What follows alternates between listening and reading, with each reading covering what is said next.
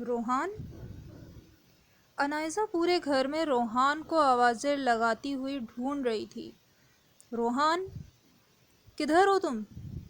بیگم صاحبہ، روحان بابا باہر درختوں کے پاس ہیں۔ اچھا، لیکن وہاں کیا کر رہا ہے؟ وہ بھی اکیلا؟ پتہ نہیں جی، عقیلہ نے جواب دیا۔ ٹھیک ہے، تم جاؤ۔ انائزہ گھر کے باہر درختوں والی جگہ پر آئی، جہاں اسے روحان لکڑی کے بینچ پر بیٹھا ہوا دکھائی دیا۔ روحان، میں پورے گھر میں تمہیں ڈھونڈ رہی ہوں، اور تم ہو کہ یہاں مجھے بتائے بغیر یہاں بیٹھے ہو۔ انائزہ اس کے ساتھ بینچ پر بیٹھ گئی۔ روحان خاموش بیٹھا رہا۔ اس نے انائزہ کی بات پر کوئی رد عمل نہ دیا۔ روحان، کیا ہوا؟ بات کیوں نہیں کر رہے؟ انائزہ اس کے قریب ہو کر بیٹھی۔ کوئی بات پریشان کر رہی ہے کیا؟ انائزہ کے سوال پر روحان نے اس کی طرف دیکھ کر نظریں جھکائیں۔ آج دادو کی بہت یاد آ رہی ہے۔ میں ان کی قبر پر جانا چاہتا ہوں۔ انائزہ ایک طرف سے اداس ہوئی کہ روحان اپنی دادو کو مس کر رہا ہے، دوسری طرف سے خوش بھی ہوئی کہ آج روحان نے پہلی بار خود باہر جانے کا کہا ہے۔ تم پریشان مت ہو، تمہیں پتہ ہے نا میں تمہیں اداس نہیں دیکھ سکتی۔ ہم ابھی چلتے ہیں ان کی قبر پر، ٹھیک ہے؟ انائزہ نے اس کے نرم رخسار کو انگلیوں سے سہلایا۔ 1 گھنٹے بعد وہ اسے قبرستان لے آئی تھی۔ سنسان راستے کی وجہ سے روحان کو کسی قسم کی پریشانی نہیں ہوئی تھی۔ وہ دونوں گاڑی سے نکل کر قبرستان کے اندر داخل ہوئے۔ قبروں پر نام پڑھتے ہوئے اور کچھ عقیلہ نے سمجھایا تھا، جس کی وجہ سے انہیں جلد ہی درانہ بیگم کی قبر مل گئی تھی۔ روحان اپنی دادی کی قبر دیکھ کر رونے لگا تھا اور زمین پر بیٹھ گیا۔ انائزہ نے کچھ دیر تک اسے رونے دیا تاکہ وہ دل کا بوجھ ہلکا کر سکے، پھر اسے کندھوں سے پکڑ کر کھڑا کیا۔ بس روحان، اب میں تمہیں اور روتا ہوا نہیں دیکھ سکتی۔ اس نے ہاتھ سے روحان کے آنسو صاف کیے۔ انائزہ نے اس کا ہاتھ پکڑا۔ تم اکیلے نہیں ہو، میں ہوں نا تمہارے ساتھ، اور ہمیشہ تمہارے ساتھ رہوں گی۔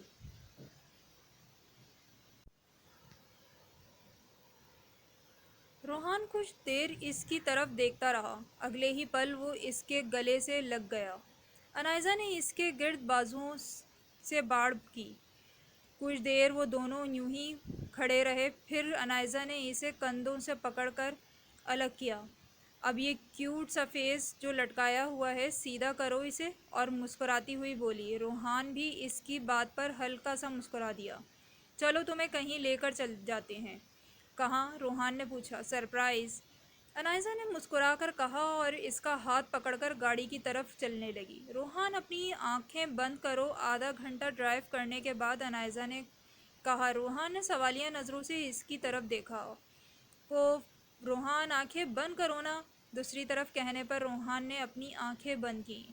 اب اگر تم نے آنکھیں کھولیں تو اچھا نہیں ہوگا، سن لو، انائزہ نے دھمکی لگائی۔ روحان خاموشی سے اچھے بچوں کی طرح بات مانتے ہوئے آنکھیں بند کیے بیٹھا رہا۔ انائزہ نے گاڑی روکی۔ باہر مت نکلنا، میں جب خود تمہیں نکالوں گی، ٹھیک ہے؟ روحان نے جواب دیا۔ انائزہ گاڑی سے اتر کر روحان کی سائیڈ والی پر آئی اور دروازہ کھول کر اسے پکڑ کر باہر نکالا۔ وہ بار بار روحان کی طرف دیکھ رہی تھی کہ کہیں اس نے آنکھیں تو نہیں کھولیں۔ اس نے روحان کو ایک جگہ کھڑا کیا۔ چلو اب آنکھیں کھولو۔ روحان نے اپنی آنکھیں کھولیں تو مہرت سا اسی جگہ کو دیکھنے لگ گیا۔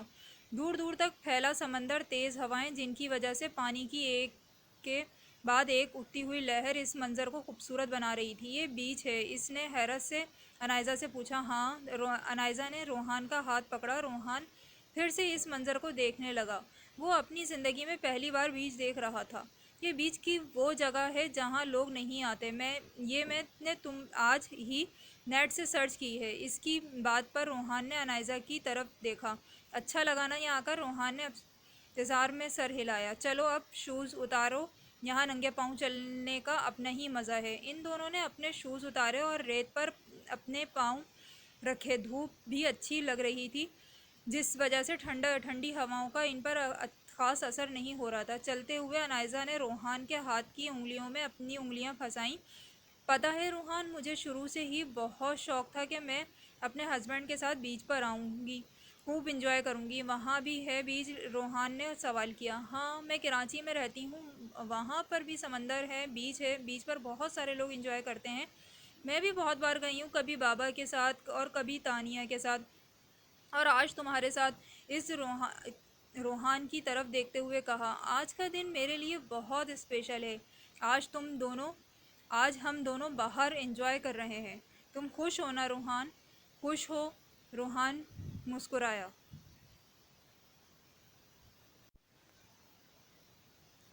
انائزہ مسلسل باتیں کر رہی تھی، مگر روحان اس کی باتیں کم اور اس کی طرف دیکھنے پر زیادہ توجہ دے رہا تھا۔ تیز ہوا سے انائزہ کے بال بار بار اس کے چہرے پر آ رہے تھے اور وہ انہیں پکڑ کر بار بار پیچھے کر رہی تھی۔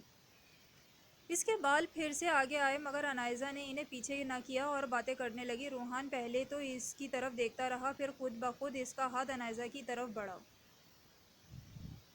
اس نے انائزہ کے بالوں کو اس کے چہرے کے پیچھے کیا اور اس کے رخسار پر ہاتھ رکھے اسے دیکھنے لگا۔ انائزہ کی چلتی زبان کو یکدم بریک لگی۔ وہ ایک قدم روحان کے قریب ہوئی۔ روحان اس کی آنکھوں میں دیکھنے لگا۔ انائزہ نے اپنا چہرہ روحان کے چہرے کے قریب کیا۔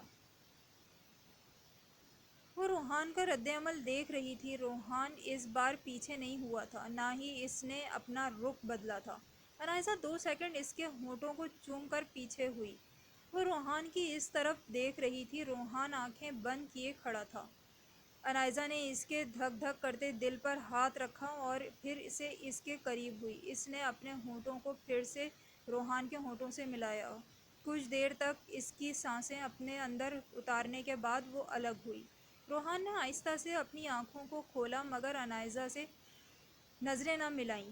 انائزہ نے سر اس کے سینے پر رکھا اور بازوؤں کو اس کے گرد حائل کیا۔ شام ہونے تک وہ دونوں گھر آ گئے تھے۔ دونوں فریش ہو کر فارغ ہوئے تو مجھے ابھی سے بھوک لگنے لگی ہے، انائزہ نے بالوں کو سمیٹتے ہوئے کہا۔ تمہیں بھوک لگی ہے روحان؟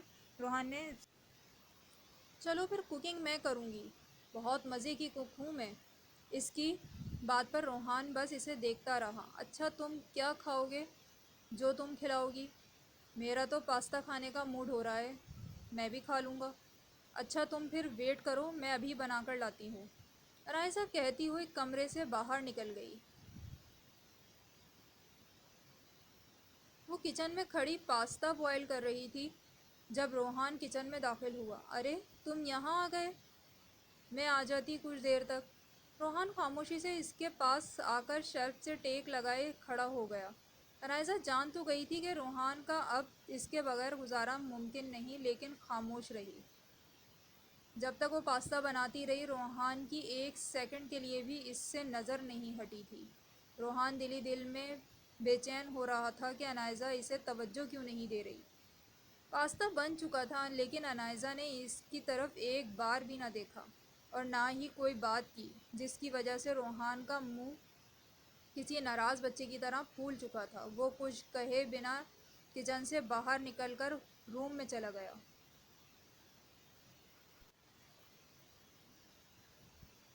انائزہ اس کی حرکت پر مسکرائی اور پاستا پلیٹ میں ڈالتے ہوئے کچن سے باہر نکل گئی۔ وہ کمرے میں داخل ہوئی تو روحان منہ پھلائے بیٹھا تھا۔ انائزہ نے اسے دیکھ کر اپنی ہنسی پر بامشکل کنٹرول کیا۔ دیکھنے میں تو بہت ہی ٹیسٹی لگ رہا ہے۔ آ جاؤ روحان، مل کر کھاتے ہیں۔ روحان خاموش بیٹھا رہا۔ روحان آ جاؤ نا، مجھ سے صبر نہیں ہو رہا، مجھے بھوک نہیں ہے، اس نے پھولے ہوئے منہ کے ساتھ جواب دیا۔ انائزہ کو وہ اس وقت بہت کیوٹ لگ رہا تھا۔ لیکن تھوڑی دیر پہلے تو تمہیں بھوک لگی تھی نا؟ لیکن اب نہیں ہے، وہ ایک طرف دیکھتا ہوا بول رہا تھا۔ انائزہ پلیٹ اٹھائے اس کے پاس بیڈ پر آئی۔ دیکھو، میں ہم دونوں کے لیے ایک ہی پلیٹ میں لائی ہوں۔ روحان نے ایک نظر پلیٹ کی طرف دیکھا۔ بھوک تو اسے بھی بہت لگ رہی تھی، لیکن اپنی ناراضگی کو یاد کرتے ہوئے اس نے پھر سے نظروں کا زاویہ بدلا۔ روحان کھاؤ نا، مجھے بہت بھوک لگی ہے۔ مگر تم کھانا شروع کرو گے تو میں کھاؤں گی نا؟ نہیں کھاؤں گا۔ ارے میرا بیبی ناراض ہے؟ انائزہ نے اپنی ہنسی دبائی۔ بیبی نہیں ہوں میں، وہ ناراضگی سے بولا۔ اچھا، تو پھر کیا ہو؟ بڑا لڑکا ہوں۔ اس نے ابھی تک انائزہ کی طرف نہیں دیکھا تھا۔ اوہ، تو جناب بڑے لڑکے ہیں، انائزہ نے مسکراتے ہوئے کہا۔ اس کی بات کا مطلب سمجھتے ہوئے روحان کے کان کھڑے ہوئے۔ کیا مطلب؟ روحان نے آنکھیں مٹکاتے ہوئے انائزہ کی طرف دیکھ کر کہا۔ مطلب وہی جو تم سمجھ رہے ہو۔ وہ ہنسنے لگی۔ ایسا نہیں ہوں میں۔ وہ شرم سے لال ہوا۔ اس کا چہرہ دیکھ کر کمرے میں انائزہ کا قہقہ گونجا۔ اف، میرے ہبی کتنے کیوٹ ہے۔ اس نے روحان کے گال کھینچے۔ اچھا اب مان جاؤ نا، آئندہ اپنے کیوٹ ہبی کو اگنور کر کے تنگ نہیں کروں گی۔ روحان نے اس کی بات پر کوئی رد عمل نہیں دیا۔ سوری، انائزہ نے روحان کے کان پکڑ کر کہا۔ اس کی حرکت پر روحان کھلکھلا کر ہنسا۔ انائزہ مہرت سے اسے ہنستے ہوئے دیکھتی رہی۔ روحان نے پاستا کا اسپون انائزہ کی طرف بڑھایا۔ اس نے مسکراتے ہوئے اسپون منہ میں لیا۔ کچھ دیر تک دونوں نے پلیٹ خالی کر دی تھی۔ آج مووی دیکھو گے کیا؟ روحان نے نفی میں سر ہلایا۔ کیوں؟ تھکا ہوا ہوں، نیند آ رہی ہے۔ وہ معصوم سا منہ بنائے بولا۔ اچھا سو جاؤ۔ روحان اپنے بستر پر لیٹ گیا۔ انائزہ برتن کچن میں رکھ کر آئی اور اپنی جگہ پر آ کر بیٹھی۔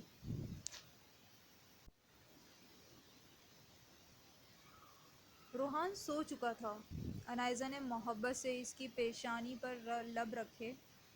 اس کا ارادہ ڈائری پڑھنے کا تھا۔ ماضی۔ مریم کمرے سے باہر نکلی۔ آس پاس دیکھتے ہوئے اس نے اپنے قدم آگے بڑھائے۔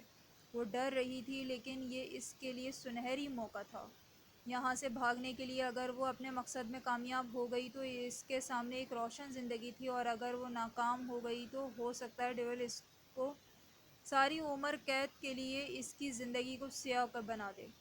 اپنے دوپٹے کو سنبھالتی ننگے پاؤں وہ حال عبور کر چکی تھی۔ حواس باختہ حالت میں وہ جوتا پہننا بھی بھول چکی تھی۔ اب وہ اس راہ داری میں داخل تھی جہاں تقریباً 8 کمرے تھے۔ وہ ڈر رہی تھی کہیں ان کمروں میں سے کوئی نکل نہ آئے۔ بے آواز قدموں سے وہ راہ داری سے گزرتی۔ اب بڑے ہال سے گزرنا تھا جہاں پچھلی بار بہت سے لڑکے جم کر رہے تھے۔ وہ اللہ کو یاد کرتی ہوئی آگے بڑھی۔ پورا ہال خالی تھا۔ مریم کو اپنی آنکھوں پر یقین نہیں آ رہا تھا۔ شاید قسمت اس پر مہربان ہونے لگی تھی۔ اس نے ایک بار پیچھے مڑ کر دیکھا اور پھر اپنا رخ آگے کیا۔ اگلے لمحے وہ ہال کے دروازے پر موجود تھی، جو کہ پہلے سے ہی کھلا تھا۔ وہ گھر تھا یا کچھ اور کافی الجھا ہوا تھا، عجیب قسم کا تھا۔ مریم کو سمجھ نہیں آ رہی تھی اب وہ کس رخ بھاگے۔ یہاں کھلا آسمان نظر آ رہا تھا، لیکن اس جگہ کا دروازہ اسے نہیں مل رہا تھا۔ مریم کو وہ کمرہ بھی دکھائی دیا جہاں اسے پہلی بار رکھا گیا تھا۔ ایک پکڑے جانے کا خوف، دوسرا دروازے کا نہ ملنا۔ مریم مزید گھبرانے لگی۔ اسے کسی کے قدموں کی آواز سنائی دی تو وہ بھاگتی ہوئی ایک دیوار کے پیچھے چھپ گئی۔ ایک سیاہ لباس والا انسان اندر کی جانب گیا اور ہاتھ میں کلہاڑی لیے واپس آیا۔ اسے دیکھ کر مریم کا سانس بند ہونے لگا تھا۔ وہ اسی جگہ چھپی رہی۔ کلہاڑی سے ظاہر ہو رہا تھا کہ وہ آج بھی کہیں کسی کام کو پورا کرنے جا رہے ہیں۔ اس کے جانے کے بعد 3 آدمی اندر آئے اور کچھ دیر گزرنے تک وہ واپس نہیں آئے، جس سے مریم کو شک ہوا کہ وہ شاید اس کی نگرانی کے لیے رکھے گئے ہوں گے۔ اب مریم کا زیادہ دیر یہاں رکنا مناسب نہ تھا۔ اسے جلد سے جلد یہاں سے بھاگنا تھا۔ اس نے تیزی سے باہر کا دروازہ ڈھونڈنا شروع کیا، مگر یہاں تو کوئی دروازہ ہی نہیں تھا۔ وہ اپنے ناکام ہونے پر رونے لگی۔ پتہ نہیں کبھی یہاں سے نکل بھی پائے گی کہ نہیں۔ ڈھونڈو اسے، کہاں گئی، ورنہ ڈیول ہمیں جان سے مار دے گا۔ مریم کو ایک لڑکے کی آواز آئی۔ وہ جلدی سے کھڑی ہوئی۔ وہ یہاں سے باہر نہیں نکلی ہوگی۔ اسے باہر جانے کا راستہ نہیں پتا۔ وہ اندر ہی ہے، دوسرا لڑکا بولا۔ مریم چھپنے کے لیے بھاگنے لگی۔ وہاں بہت سے کمرے اور راہ داریاں تھیں۔ مریم کو سمجھ نہیں آ رہا تھا کہاں جائے۔ وہ ایک راہ داری میں گھس گئی۔ راہ داری کافی لمبی تھی۔ مریم بس بھاگتی چلی گئی۔ وہ سانس لینے کے لیے رکی تو اسے 2 راستے دکھائی دیے۔ اللہ کو یاد کرتی ہوئی وہ ایک طرف اندر چلی گئی۔ وہ راستہ بہت تنگ تھا اور نیچے کی طرف جا رہا تھا۔ مریم کو وہاں سے خوف بھی بہت آ رہا تھا۔ جیسے جیسے وہ نیچے کی طرف جا رہی تھی، روشنی کم سے کم ہوتی جا رہی تھی۔ وہ مسلسل اللہ کا ذکر کرتی تھی۔ وہ راستہ کہیں پر تو آ کر رکنا ہی تھا۔ 10 منٹ اندھیرے میں چلتے رہنے کے بعد مریم کو تھوڑی سی روشنی دکھائی دی۔ اس کے چلنے میں تیزی آنے لگی، جیسی امید کی کرن دکھائی دی ہو۔ وہ اختتام پر پہنچی تو اوپر کی جانب ایک جگہ سے ہلکی ہلکی سی روشنی آ رہی تھی۔ اس نے دھکا لگایا تو لکڑی کا ڈھکن اوپر کی جانب اٹھا۔ مریم نے اسے سائڈ پر کیا تو اندر کی جگہ روشنی سے نہا گئی۔ خوشی سے مریم کی آنکھوں سے آنسو نکلنے لگے۔ وہ باہر نکلی تو عجیب جھاڑیوں جیسا علاقہ تھا۔ مریم نے یہ جگہ پہلے کبھی نہ دیکھی تھی، لیکن وہ وہاں سے بھاگ کر آئی تھی۔ اب یہاں سے بھاگنا شاید اس کے لیے آسان تھا، لیکن شاید کہانی ابھی جاری ہے۔ چینل کو سبسکرائب کرنا نہ بھولیے گا، ویڈیو کو شیئر کریں اور لائک کریں۔ بہت شکریہ۔